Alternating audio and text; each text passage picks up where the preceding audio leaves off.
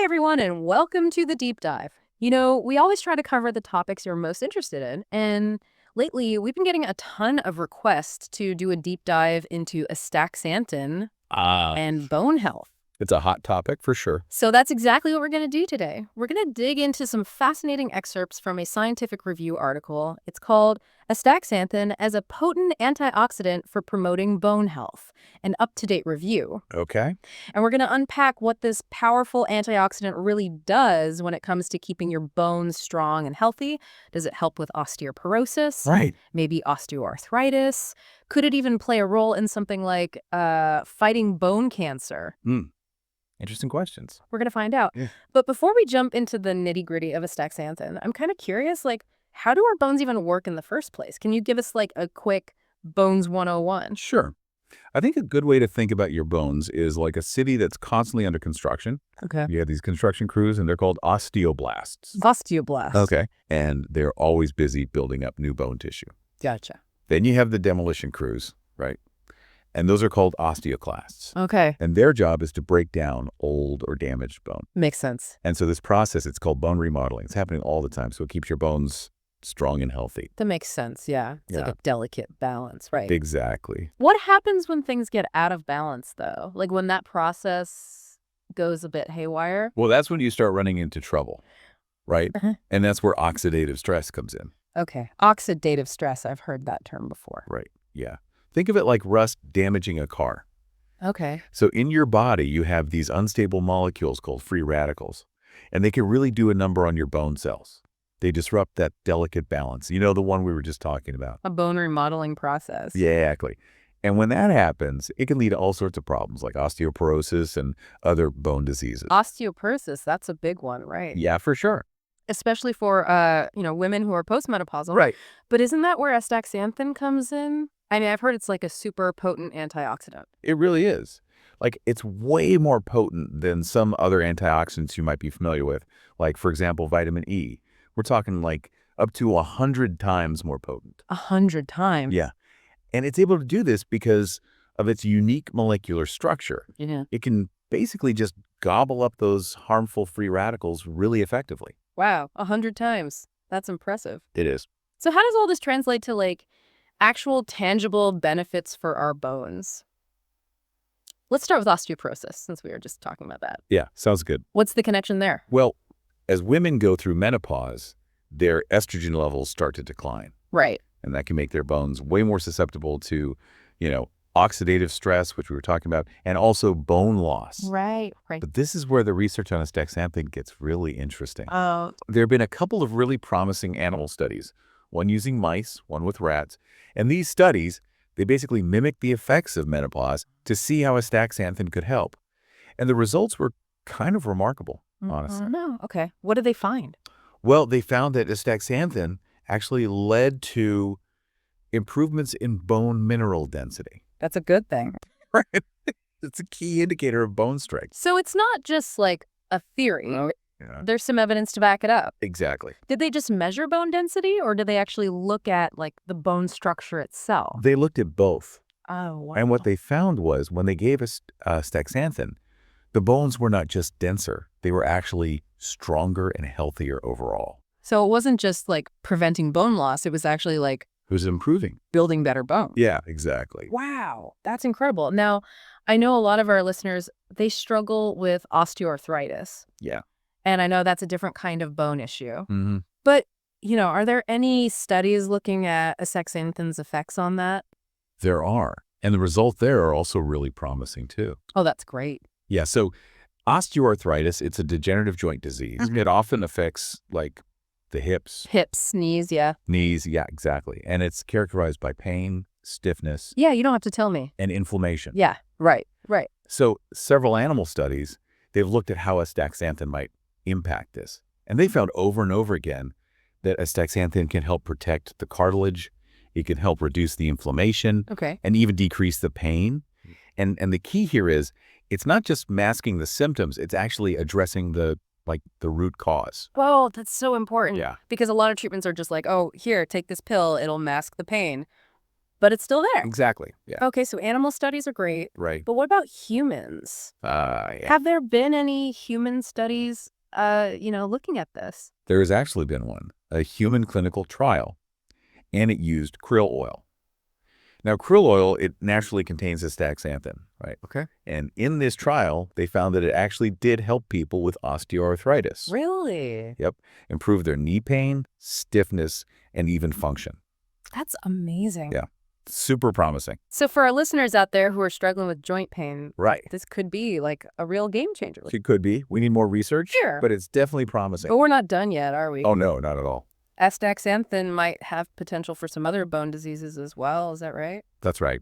There's some early research looking at its effects on things like, for example, alcohol-induced osteonecrosis. Okay. Now, this is a condition where bone tissue actually dies because it's not getting enough blood supply. Oh, wow. And what they found is that, at least in rats, astaxanthin actually helped improve bone cell survival, Okay. which suggests that it might offer some protection. So it might even help with bone damage that's related to alcohol use. It could. It's early days, but it's possible. This astaxanthin really is like shaping up to be like a multifaceted tool for bone health. It is. It really is. That's really exciting. Yeah.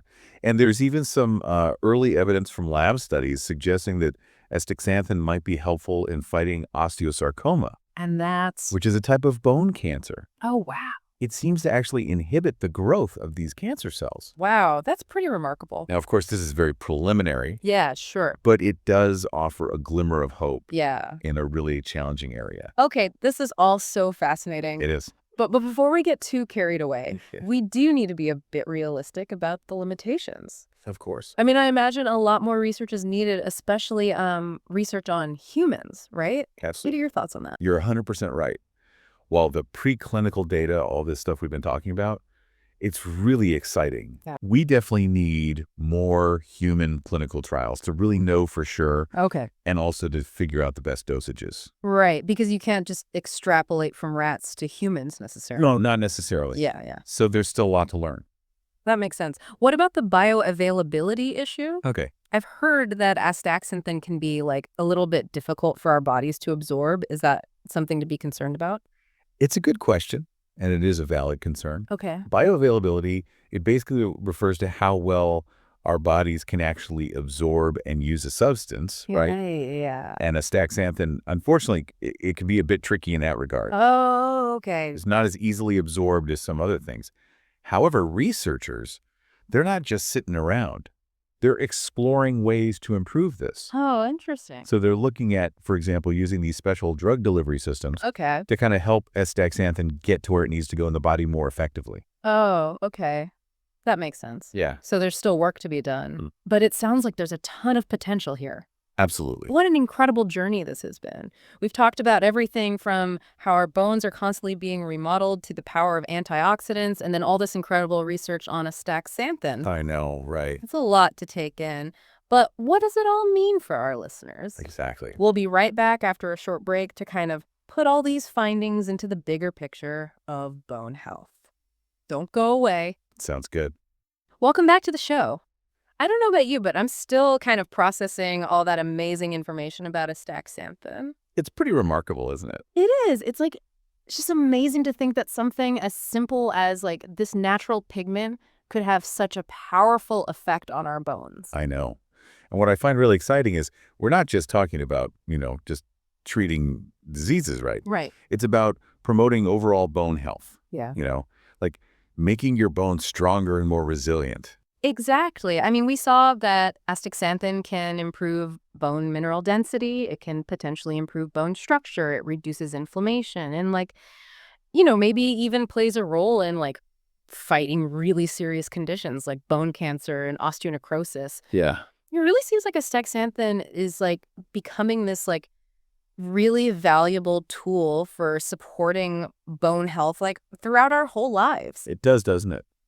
And, it all goes back to astaxanthin's antioxidant power. Right. Remember how we talked about oxidative stress being rust damaging a cot. Oh, yeah, I liked that analogy. Well, astaxanthin, you can think of it like a protective coating, right? Yeah. Preventing that damage from happening in the first place and keeping your bones strong. Okay, so it's like a shield almost. Exactly. Okay, I like that.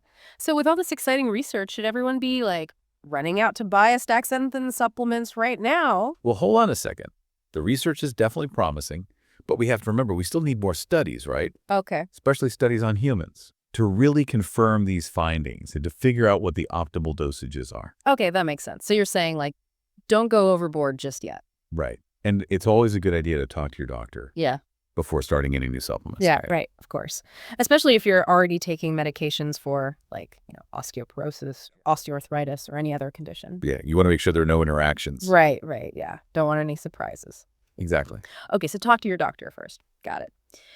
But let's say someone gets the green light to incorporate astaxanthin. What's the best way to do it? Like, are we talking supplements? Is it diet? Is it a combination of both? That's a great question. And it brings up a really important point, which is like, bone health is not just about one thing. Right. It's really about approaching it holistically. Oh. Supplements can be helpful, right? Yep. But they're not a magic bullet. Oh, yeah, I get that. So we can't forget the basics, like a healthy lifestyle. So you're talking like a balanced diet? Exactly. Making sure you're getting enough calcium, vitamin D, all those other nutrients that are important for bones, and also exercise. Right, like weight-bearing exercise. Exactly. Things like walking, running, dancing. Okay, yeah, I like to dance. Those activities, they really help stimulate bone growth Yep. and keep your bones dense.